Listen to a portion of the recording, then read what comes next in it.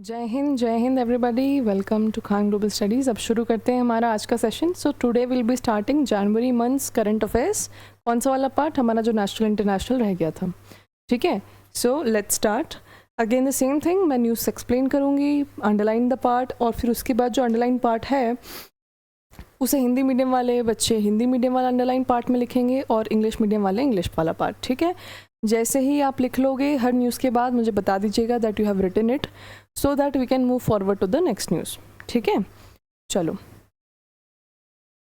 अब यहाँ पे बच्चों द थिंग इज, सबसे पहले न्यूज़ पे हम फोकस करेंगे कि तो ये न्यूज़ है इंडोनेशिया के जो हमारे लीडर आए हुए थे प्रभावो सुबियांतो जी, रिपब्लिक डे पर, दैट इज़ 26 जनवरी 2025 पर भारत में एज चीफ गेस्ट। ठीक है, तो यहाँ पे इंडोनेशिया के जो लीडर थे, प्रेसिडेंट थे Prabowo Subianto, he visited India on Republic Day as the chief guest. है ना, यहाँ तक क्लियर है। After visiting India there were many talks, बहुत सारी बातचीत हुई उनकी हमारे लीडर्स के साथ। वो बातचीत जो थी वो बहुत सारे एग्रीमेंट से रिलेटेड थी कि क्या करना है आगे, किन चीज़ों पे किस प्रकार से इंडोनेशिया और भारत का कॉपरेशन आगे बढ़ा सकते हैं, एक्सेट्रा थिंग्स। ठीक है, तो यहाँ पे सबसे इम्पॉर्टेंट बात जो इंडोनेशिया के साथ हमने करी थी वो था ब्रह्मोस की डील। ठीक है बच्चों, तो भारत ने इंडोनेशिया के साथ ब्रह्मोस की डील भी साइन करने की बात यहाँ पर करी थी। Indonesia was very much interested in buying या procuring BrahMos missiles from us. हमसे ब्रह्मोस मिसाइल लेने में इंडोनेशिया बहुत इंटरेस्ट दिखा रहा था। तो यहाँ पे देखो, Indonesian president Prabowo Subianto wish list includes BrahMos missile, है ना। ये मैंने अंडरलाइन कर दिया है, इसे लिख लीजिए बच्चों, right this down.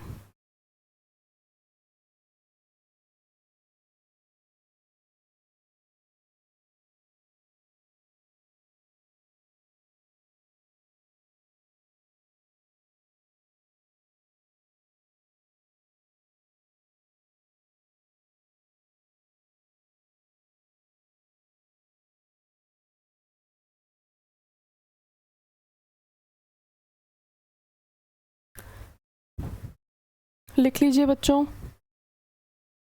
And once you have written let me know. एक बार लिख लो तो मुझे बता देना जल्दी से। सिर्फ इतनी लाइन जो मैंने पिंक से अंडरलाइन करी है, जो पिंक कलर से आपको अंडरलाइन दिख रहा है, सिर्फ उतना ही पार्ट लिखना है बच्चों। ठीक है, बाकी रेस्ट इतना डिटेल लिखने की ज़रूरत नहीं है। ओके, चलो अब इसी में हम आगे चलते हैं बच्चों, मूविंग फॉरवर्ड। तो अब यहाँ पे हमें देखना है कि ब्रह्मोस क्या है। ठीक है, किस प्रकार की मिसाइल है और किन किन देशों से जो है ब्रह्मोस का और भारत का एग्रीमेंट हो चुका है। ठीक है, 2 second, let me expand it. तो देखो बच्चों, सबसे पहले तो ब्रह्मोस मिसाइल मैं आपको एक बार समझा देती हूँ। ब्रह्मोस मिसाइल का डिस्ट्रीब्यूशन हम पहले भी देख चुके हैं। दिस स्टैंड्स फॉर ब्रह्मपुत्र, जो कि भारत की नदी है, and this stands for Moskva, जो कि रशिया की नदी है। भारत से DRDO ने इसमें कंट्रीब्यूशन दिया है। उसी के साथ अब हम सोनिक की बात करेंगे। तो सोनिक मतलब ये डिटरमाइन करती है स्पीड एयरक्राफ्ट की, मिसाइल्स की। तो sonic is equal to speed of sound, that is equal to 343 metre per second. ठीक है, यहाँ तक अंडरस्टूड कि सोनिक मतलब speed of sound. Colour change कर दूँ क्या? ठीक है, 2 मिनट।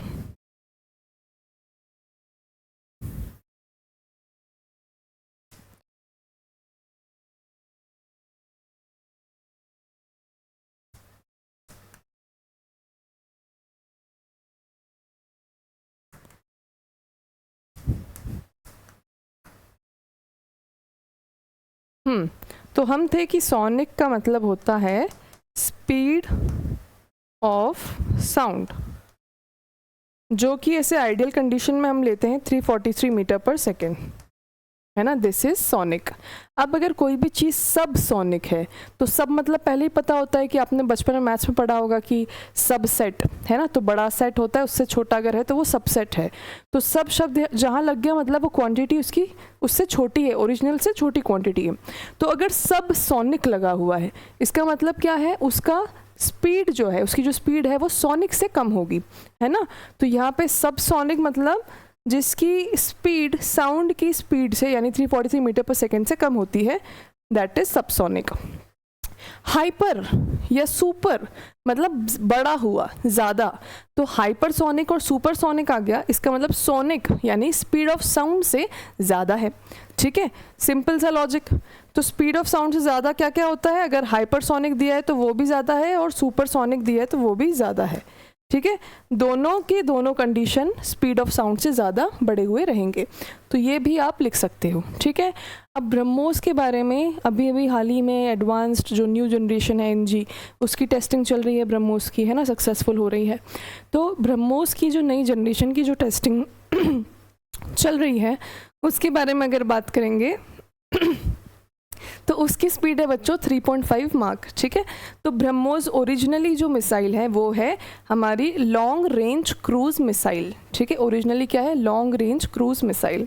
इसको सुपरसोनिक भी बोलते थे, मतलब हाइपरसोनिक बोलते थे, so sorry, but later on when it got updated into supersonic. ठीक है, तो न्यू जनरेशन का जो है हमारा स्पीड, तो इनिशियली जो पहली बार ब्रह्मोस बनी थी उसकी रेंज 290 किलोमीटर थी और उसकी स्पीड थी 2.8 माक यानी कि 2.8 माक। और अभी जो अपडेटेड ब्रह्मोस है उसकी रेंज 290 है, उसको और बढ़ाने की कोशिश कर रहे हैं, लेकिन जो स्पीड है वो बढ़ के 3.5 यानी कि 3.5 माक हो चुकी है। ठीक है, चलिए, तो यहाँ पे ब्रह्मोस के बारे में ये सारी चीज़ें आप साथ में लिख लीजिए। ओके, चलिए लिख लीजिए, और लिख लेंगे तो मुझे बता दीजिएगा। ऑल्सो हम क्रूज मिसाइल, बैलिस्टिक मिसाइल का डिफरेंस पहले ही पढ़ चुके हैं, तो आई थिंक आप लोगों को याद होगा वो अभी तक।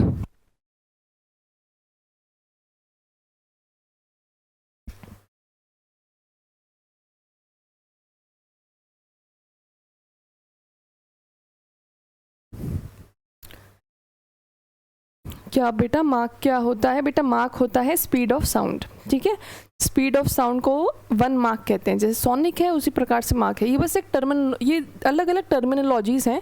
मैंने आपको पहले भी कहा था, जब हम डिफेंस की न्यूज़ पढ़ते हैं तो वहाँ बहुत सारे नए नए टर्म्स, बहुत सारे शब्द आते हैं नए नए, है ना, वो आपको डिफेंस में ही पढ़ने को मिलेंगे ज़्यादा। तो यहाँ पे डिफेंस की जब भी न्यूज़ आएगी या डिफेंस का कोई भी मिसाइल है, एयरक्राफ्ट है, कुछ भी है, तो आपको ऐसे टर्म्स देखने को मिलेंगे जो कि आपको लगेगा ये क्या है ना। तो बहुत सिंपल होता है, mark is just speed of sound, जैसे सोनिक है उसी प्रकार से। तो 1 मार्क है मतलब उस मिसाइल की स्पीड कितनी होगी, 1 इंटू स्पीड ऑफ साउंड यानी 1 इंटू 343 मीटर पर सेकेंड। अगर 2 मार्क है तो कितनी स्पीड है उस मिसाइल की, 2 इंटू स्पीड ऑफ साउंड यानी 343 मीटर पर सेकेंड। 2.8 है तो 2.8 हो गया मल्टीप्लाई करके, 3.5 है तो 3.5 से मल्टीप्लाई कर दिया। ठीक है, चलो लिख लिया बच्चों, just let me know if all of you have written.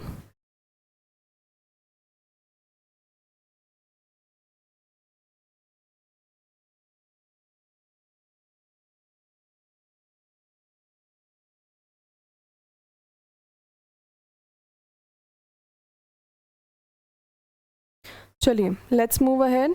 ठीक है, सबसे पहले तो आगे बढ़ते हैं, यहाँ पे अगली उस पे जाते हैं। बाकी इंडोनेशिया के बारे में ये 2 चीज़ें ऐड कर लेना बच्चों, वो इसीलिए क्योंकि आजकल यूपीएससी जो है it has started suddenly started asking questions about Capitals. Suddenly वो कैपिटल्स के बारे में क्वेश्चंस पूछना शुरू कर दिया यूपीएससी, है ना। तो ऐसे जितने भी कंट्रोवर्शियल कैपिटल्स होते हैं या नए कैपिटल होते हैं या जो देश जिनमें बहुत सारे मल्टीपल कैपिटल्स हैं, उनके सवाल हमेशा पेपर में आते हैं। तो यहाँ पे ये जो मैंने टिक लगाया है ये भी लिख लो। ठीक है, अच्छा मुझे एक चीज़ जानना है कि इंडोनेशिया का कैपिटल यहाँ पे नुसंतारा लिखा हुआ है। इंडोनेशिया का कैपिटल जकार्ता है, इंडोनेशिया कैपिटल इज जकार्ता, सो गलत लिखा हुआ है ना, ये तो गलत लिखा हुआ है। इज इट रिटन मतलब करेक्ट और इज इट रॉन्ग, बताओ जल्दी। ये जो यहाँ पे लिखा हुआ है नुसंतारा, ये गलत लिखा हुआ है या सही लिखा हुआ है?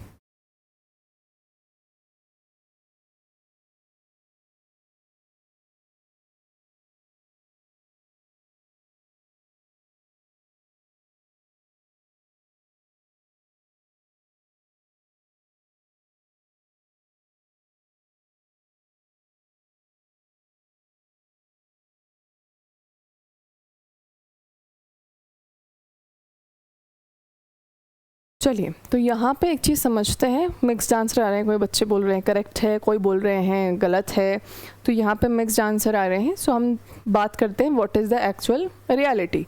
तो इंडोनेशिया का प्रेजेंट कैपिटल ऐसे ऑफिशियल इज़ जकार्ता, लेकिन इंडोनेशिया नया कैपिटल बना रहा है, ठीक है, तो नया कैपिटल का नाम है नुसंतारा, है ना, तो नया कैपिटल भी रहेगा और जकार्ता तो रहेगा ही ऑफिशियल कैपिटल, तो देयर विल बी 2 कैपिटल्स, ठीक है, जो अभी चेंज होगा वो है नुसंतारा, है ना। तो यहाँ पे आपसे सवाल आ सकता है कि Nusantara is supposedly the capital of which country, ऐसा क्वेश्चन आ जाएगा, तो वहाँ इंडोनेशिया टिक लगाना, ठीक है, लिख लिया होगा आपने ये। चलिए अब अगली न्यूज़ पे चलते हैं। नेक्स्ट न्यूज़ ये वाली है बेटा, जापान से जो शुरू हो रही है। तो अगली न्यूज़ है जापान की जो ट्रेडिशनल राइस वाइन है ना। राइस वाइन मतलब ये एक टाइप का अल्कोहल है ना, सुना ही होगा आपने, whisky, vodka, wine, these are all different varieties of alcohol. Alcohol या शराब की अलग अलग क्या बोलते हैं वैरायटी है ना। अब यहाँ पे चावल से बनने वाली वाइन बहुत फेमस है, इंडिया में भी आप देखोगे north eastern states, northern states, यहाँ पे बहुत फेमस है चावल से बनने वाली वाइन, ठीक है। लेकिन ये स्पेशलिटी कहाँ की बच्चों, जापान की। तो अगर आपसे सवाल आता है कि जापान की स्पेशल राइस वाइन को क्या कहते हैं, तो उसे साके कहते हैं, ठीक है, क्या कहते हैं, साके, ओके। चलो, तो जापान की जो ट्रेडिशनल राइस वाइन है बहुत हिस्टोरिक है, बहुत समय से चली हुई आ रही है, उसको कहते हैं साके, और ये इतनी पुरानी है कि इसे यूनेस्को ने अपनी लिस्ट में शामिल किया है, ठीक है।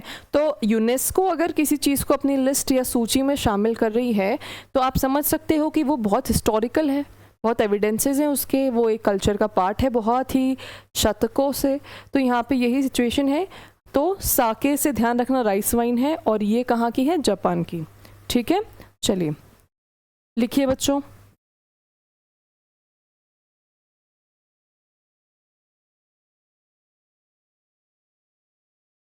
Also till you are writing, UNESCO का कैपिटल मैं यहाँ लिख रही हूँ, है ना, यूनेस्को का कैपिटल भी इम्पॉर्टेंट है। यूनेस्को का कैपिटल क्या बोली, फुल फॉर्म, यूनेस्को का full form I am writing here, ठीक है।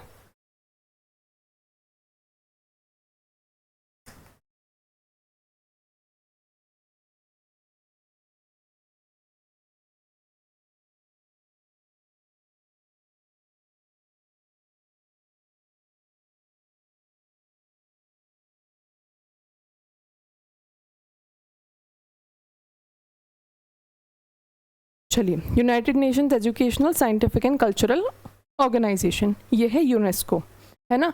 यूनेस्को का हेडक्वार्टर आपसे एग्जाम में पूछ सकते हैं बिल्कुल कि भैया यूनेस्को का मुख्यालय कहाँ है, तो बच्चों यूनेस्को का मुख्यालय इज़ इन पेरिस, है ना, France, Paris, headquartered eight Paris, France, लिख लीजिए।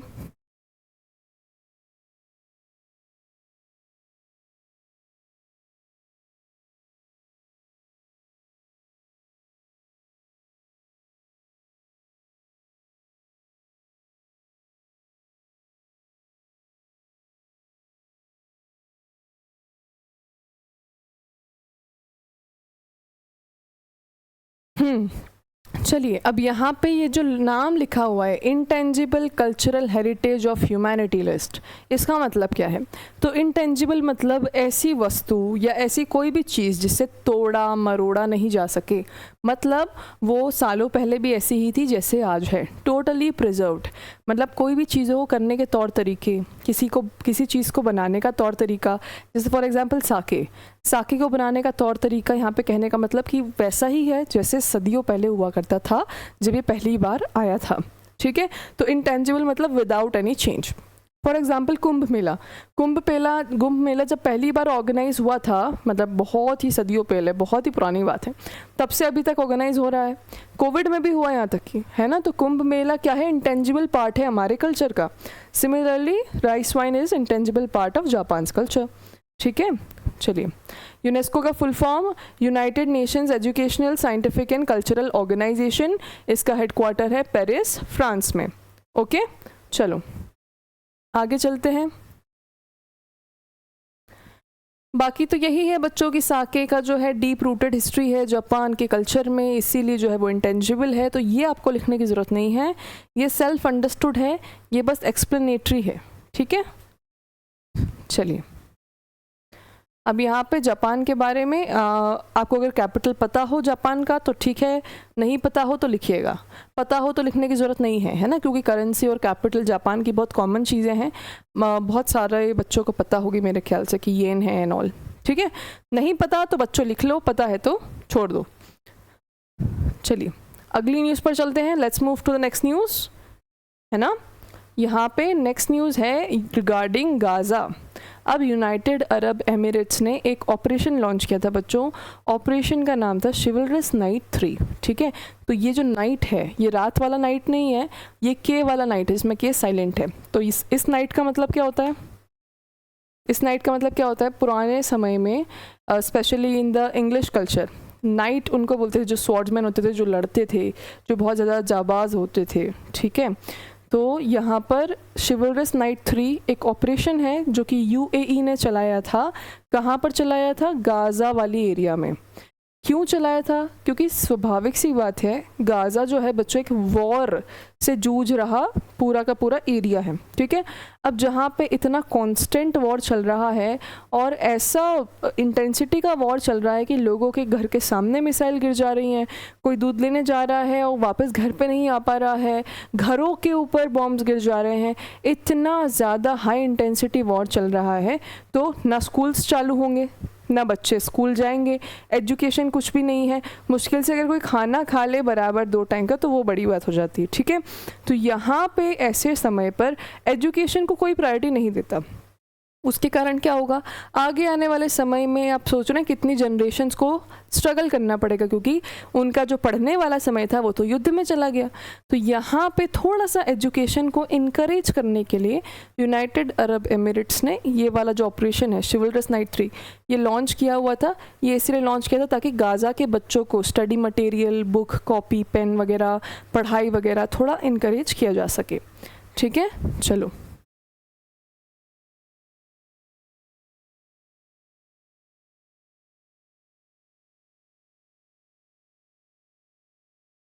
बस इतना सा ही लिखना है, एक्स्ट्रा डिटेल लिखने की ज़रूरत नहीं है, we have understood, that is enough.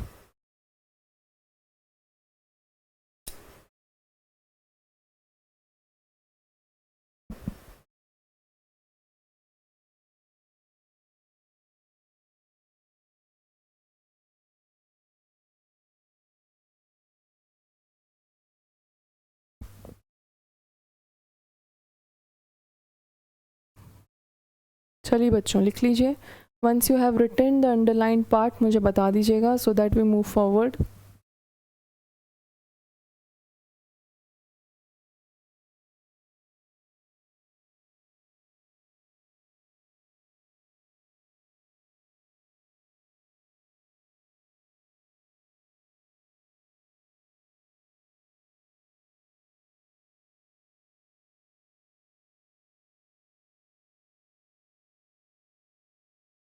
Done everybody. चलिए अब आगे चलते हैं, यूएई का फुल फॉर्म सब जानते हैं, यूनाइटेड अरब एमिरेट्स, ठीक है। यूएई का कैपिटल भी सब जानते होंगे, है ना। मेजॉरिटी बहुत बार ऐसा होता है कि बच्चे सोचते हैं Dubai is the capital of UAE, है ना। तो बताओ यूएई का कैपिटल क्या है, दुबई है क्या? यूएई का कैपिटल क्या है बच्चों? Is Dubai the capital of UAE?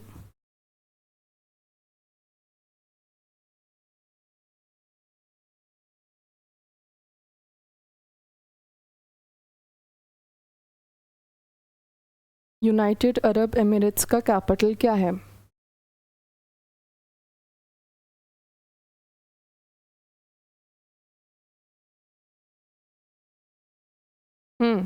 Abu Dhabi, ठीक है। तो Abu Dhabi is the right answer. तो जो बच्चे कंफ्यूज हैं, जो बच्चे श्योर नहीं हैं, जिन्हें नहीं पता, it is Abu Dhabi, it is not Dubai. Dubai मत लिख के आना, है ना। चलो आगे चलते हैं फॉरवर्ड। अब ये जो न्यूज़ है ये है UNCEBD की। तो UNCEBD मतलब यूनाइटेड नेशन का एक ऑर्गन है ये भी, CEBD। तो CEBD है क्या? तो CEBD का फुल फॉर्म है committee of experts on big data and data science for official statistics. ठीक है, अब ये एक ऐसा संगठन है या ऐसा पार्ट है यूनाइटेड नेशन का जिसमें बहुत सारे देश आना चाहते हैं। क्यों आना चाहते हैं? क्योंकि यहाँ पे बहुत सारी इन्फॉर्मेशन, बिग डेटा, ये सब अवेलेबल है और आजकल टेक्नोलॉजी, आर्टिफिशियल इंटेलिजेंस, ये सब आगे बढ़ ही रहा है इन्फॉर्मेशन के कारण। इन्फॉर्मेशन अगर नहीं है तो आपके पास कुछ नहीं है बेसिकली। तो इन्फॉर्मेशन आजकल इतना क्रूशियल हो गया है और भारत फाइनली UNCEBD का ऑफिशियल सदस्य बन चुका है। आधिकारिक तौर पर हम उसके सदस्य बन चुके हैं। तो यहाँ पर UNCEBD का भारत ऑफिशियली हिस्सा है ना। तो यही न्यूज़ है, इसका फुल फॉर्म CEBD का ये लिख लो।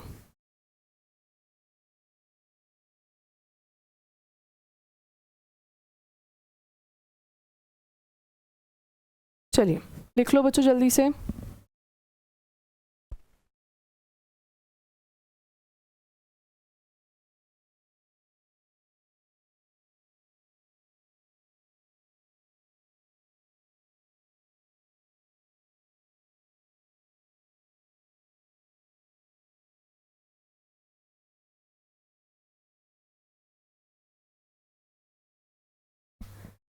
चलिए क्या लिखेंगे इंग्लिश वाले बच्चे? India has been officially inducted into UNCEBD। CEBD का फुल फॉर्म लिख लीजिएगा।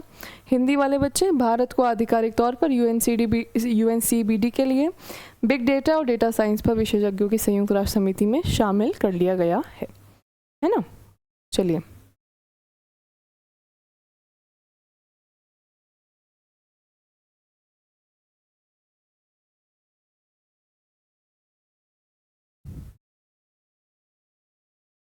डन। चलो आगे चलते हैं बच्चों। यहाँ पर जैसे कि हमने देखा यूनेस्को है ना, यूनेस्को का हेडक्वार्टर कहाँ था? पेरिस। वैसे यूनाइटेड नेशन को देखोगे तो उसका हेडक्वार्टर है न्यूयॉर्क। अब कॉम्पिटिटिव एग्जाम्स के लिए आपको स्टैटिक जीके भी ज़रूरी है, हम करंट कर रहे हैं, और ये जो हेडक्वार्टर की बात कर रहे हैं ये स्टैटिक का हिस्सा है।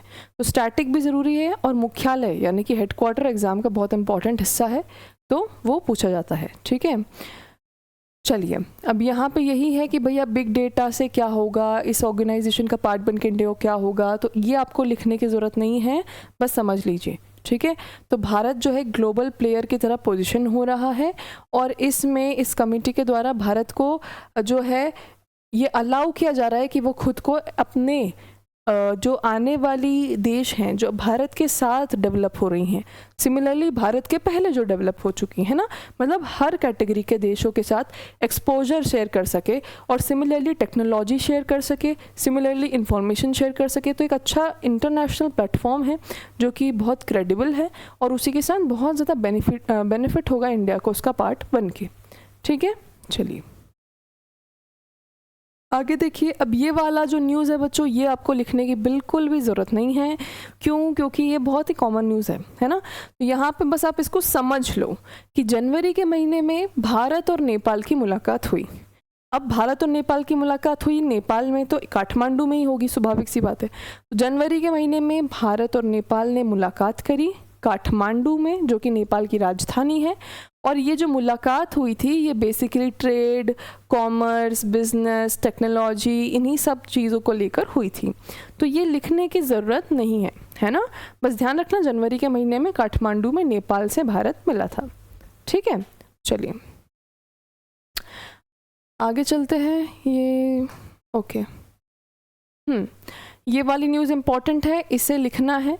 India to host 28th conference of speakers and presiding officers of parliaments of, अभी बहुत बड़ा नाम है। ठीक है, तो यहाँ पे आप देखो ये कहाँ से शुरू हो रहा है, यहाँ से शुरू हो रहा है, कॉन्फ्रेंस ऑफ, यहाँ से speakers and presiding officers of parliaments of Commonwealth countries with focuses on social media. ठीक है, कॉमनवेल्थ कंट्रीज तक ठीक है,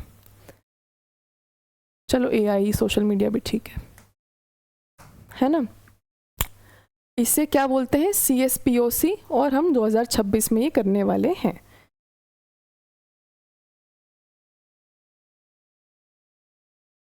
ठीक है, अंडरलाइन पहले ही कर दिया मैंने ताकि मैं एक्सप्लेन करते जाऊँ, आप लिखते चलें।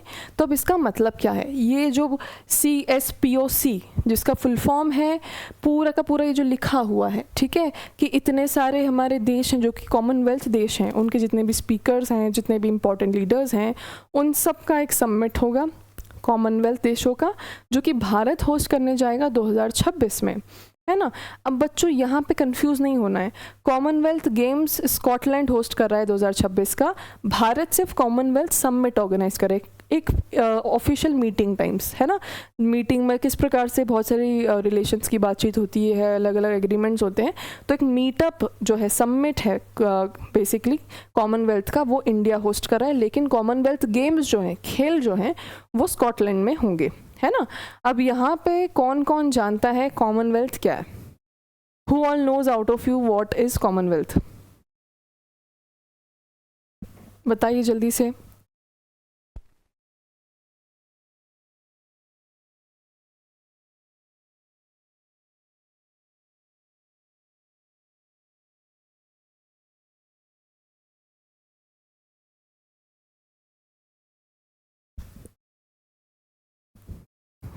What is Commonwealth?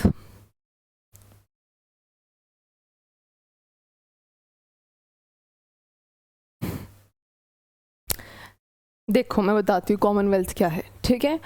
तो यहाँ पे बच्चों जिस प्रकार से ओलंपिक है इंटरनेशनल स्पोर्ट इवेंट है ना, उसी प्रकार से कॉमनवेल्थ भी एक इंटरनेशनल स्पोर्ट इवेंट है, लेकिन दोनों में बहुत डिफरेंस है। कॉमनवेल्थ गेम्स भी स्पोर्ट इवेंट है जिसमें बहुत सारे देश पार्टिसिपेट करते हैं। तो डिफरेंस क्या है ओलंपिक और कॉमनवेल्थ में? डिफरेंस है कि कॉमनवेल्थ में वही देश पार्टिसिपेट करते हैं जो एक समय पर ब्रिटिश कॉलोनी हुआ करते थे, ठीक है। यानी कि ब्रिटिश ने जिन जिन देशों पर राज किया है, जिन जिन देशों पर हुकूमत चलाई है, जिन जिन देशों को एक्सटॉर्ट किया है, परेशान किया है, उनके पैसे लूटे हैं, ठीक है, वहाँ के लोगों को लूटा है, बर्बाद किया है, वो है कॉमनवेल्थ देश सारे। और वो उन्हीं देशों को ब्रिटिशर्स क्या करते थे, आपस में गेम्स खिलाते थे कॉमनवेल्थ गेम्स के नाम से। अब भैया बहुत सारे देश जितने भी थे सभी के सभी आज आज़ाद हैं, ब्रिटिश के अंडर तो कोई है नहीं, लेकिन आज भी ये प्रथा चली आ रही है कॉमनवेल्थ गेम्स की, which is not at all right, ठीक है। बहुत सारे देश इसे कंडेम करते हैं। अब 2026 का जो कॉमनवेल्थ गेम्स का होस्ट देश था वो था ऑस्ट्रेलिया, ठीक है। ऑस्ट्रेलिया के ऊपर आया था, ऑस्ट्रेलिया में विक्टोरिया एक जगह है, वहाँ पे 2026 के कॉमनवेल्थ गेम्स पहले होस्ट होने वाले थे, लेकिन ऑस्ट्रेलिया ने सीधे मना कर दिया। ऑस्ट्रेलिया ने बोला नहीं भैया, कॉमनवेल्थ जो है एक ऐसा रिचुअल है जिसका मैं हिस्सा नहीं बनना चाहता हूँ, मैं कॉमनवेल्थ गेम्स होस्ट करने की जगह वो पैसा अपने देश के विकास में लगा दूंगा, ठीक है। तो ऑस्ट्रेलिया ने सीधे से खारिज कर दी इस चीज़ को कि मैं कॉमनवेल्थ का हिस्सा नहीं हूँ, क्योंकि ब्रिटिशर्स कॉलोनाइजिंग एंड ऑल ये बहुत समय पहले की बात है, अभी तक इस चीज़ को फॉलो करने से कोई मतलब नहीं है। उसके बाद 2026 का होस्टिंग ऑस्ट्रेलिया हट गया, तो अब कोई देश तो होस्ट करेगा ऑस्ट्रेलिया की जगह, तो अब स्कॉटलैंड कर रहा है। और क्या भारत हिस्सा है कॉमनवेल्थ का? हाँ। क्या भारत कॉमनवेल्थ गेम्स खेलता है? हाँ बिल्कुल खेलता है, सुना होगा आपने, है ना। तो यहाँ पे ये वाली चीज़ें हैं, ये लिख लीजिए।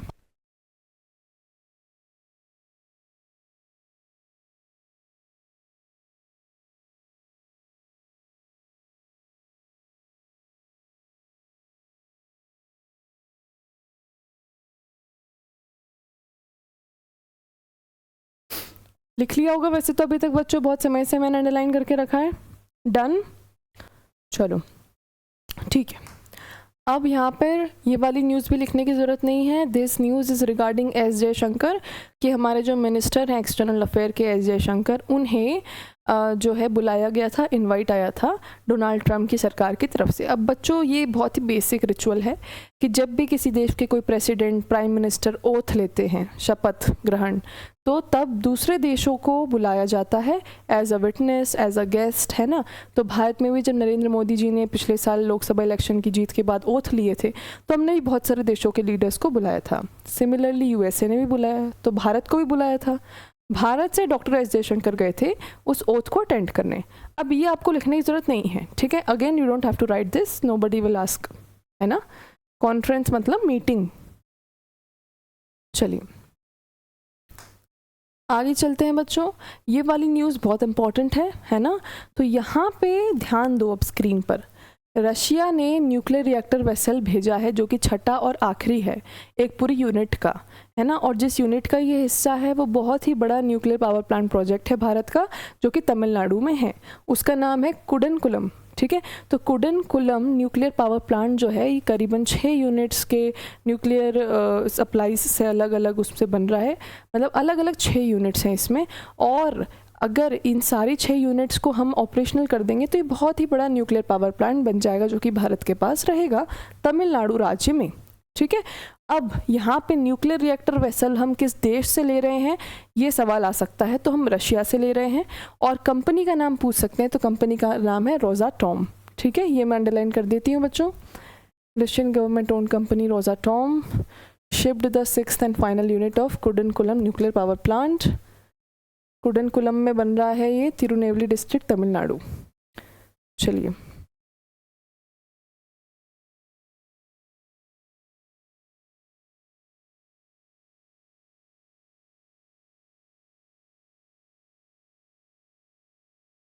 चलिए बच्चों लिख लीजिए।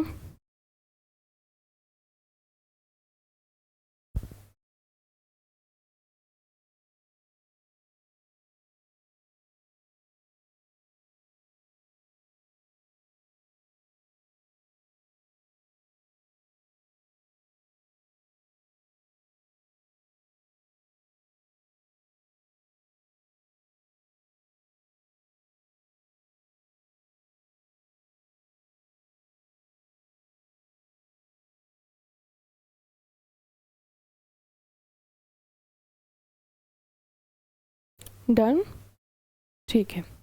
अब यहाँ पे हम आगे बढ़ेंगे। इसमें जो डिटेल्स हैं ये सभी उसी का एक्सप्लेनेशन है पुरानी का, वो आपको लिखने की ज़रूरत नहीं है। ये वाला पॉइंट इम्पॉर्टेंट है जो हमारा NPCIL का पॉइंट है। तो NPCIL मतलब nuclear power corporation of India.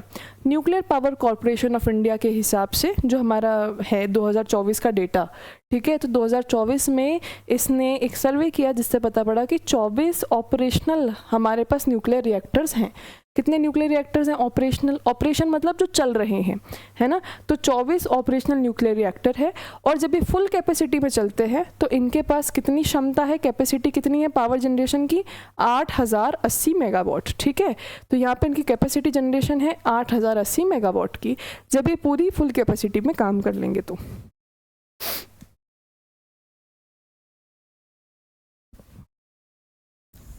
चलिए लिख लीजिए, ये वाला भी आखिरी है बच्चों, ये वाला हमारा।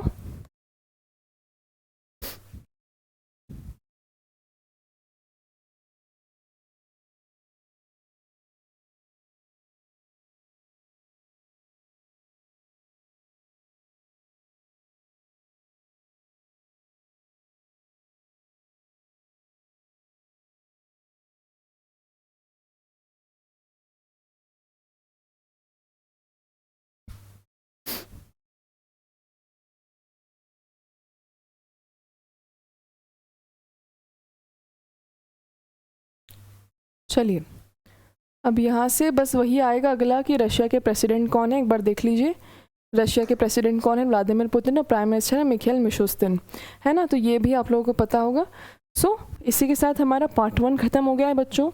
पार्ट 2 हम कल कंप्लीट कर लेंगे, ठीक है, नेक्स्ट क्लास में हमारी। चलिए, टिल देन जय हिंद, जय Bharat and take care. And MW stands for megawatt, unit है, ठीक है। किलोवाट, मेगावाट, गीगावाट, ये सब यूनिट है, ठीक है। चलो, जय हिंद, जय भारत एंड टेक केयर।